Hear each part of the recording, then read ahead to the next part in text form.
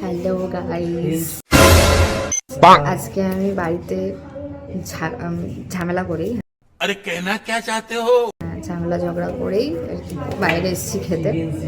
তো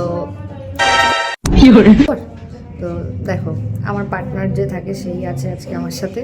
তো সে আবার এখন একটু ভীষণ কড়া ডায়েটে আছে, হচ্ছে তার ভুঁড়ি কমাবে, চেহারা কমাবে। তো সে এখন ডায়েটে আছে আর আমি আমি হচ্ছে হেলদি ডায়েট, আমার হেলদি ডায়েট স্লিম ডায়েট। তো চলো এরকম তোমরাই ভাবো যে মানুষটা ডায়েটে থাকে, সেই ডায়েট মানুষকে যদি এরকম একটা রেস্টুরেন্টে আনা আর তার সামনে যখন এত ভালো ভালো খাবার থাকে তখন তার অবস্থা সামনে হলো থাই চিকেন। আচ্ছা, এরকমই একটা অবস্থা এখন আমাকে দেখতে হচ্ছে। তো আমি এখন খাবো আর ও দেখবে, সেটাও দেখাবো তোমাদের। হ্যাঁ, ও ঘাস পাতা অশিক্ষিত তোমার কথা। গ্রিন স্যালাড খাবে, ওর জন্য গ্রিন স্যালাড অর্ডার করেছে।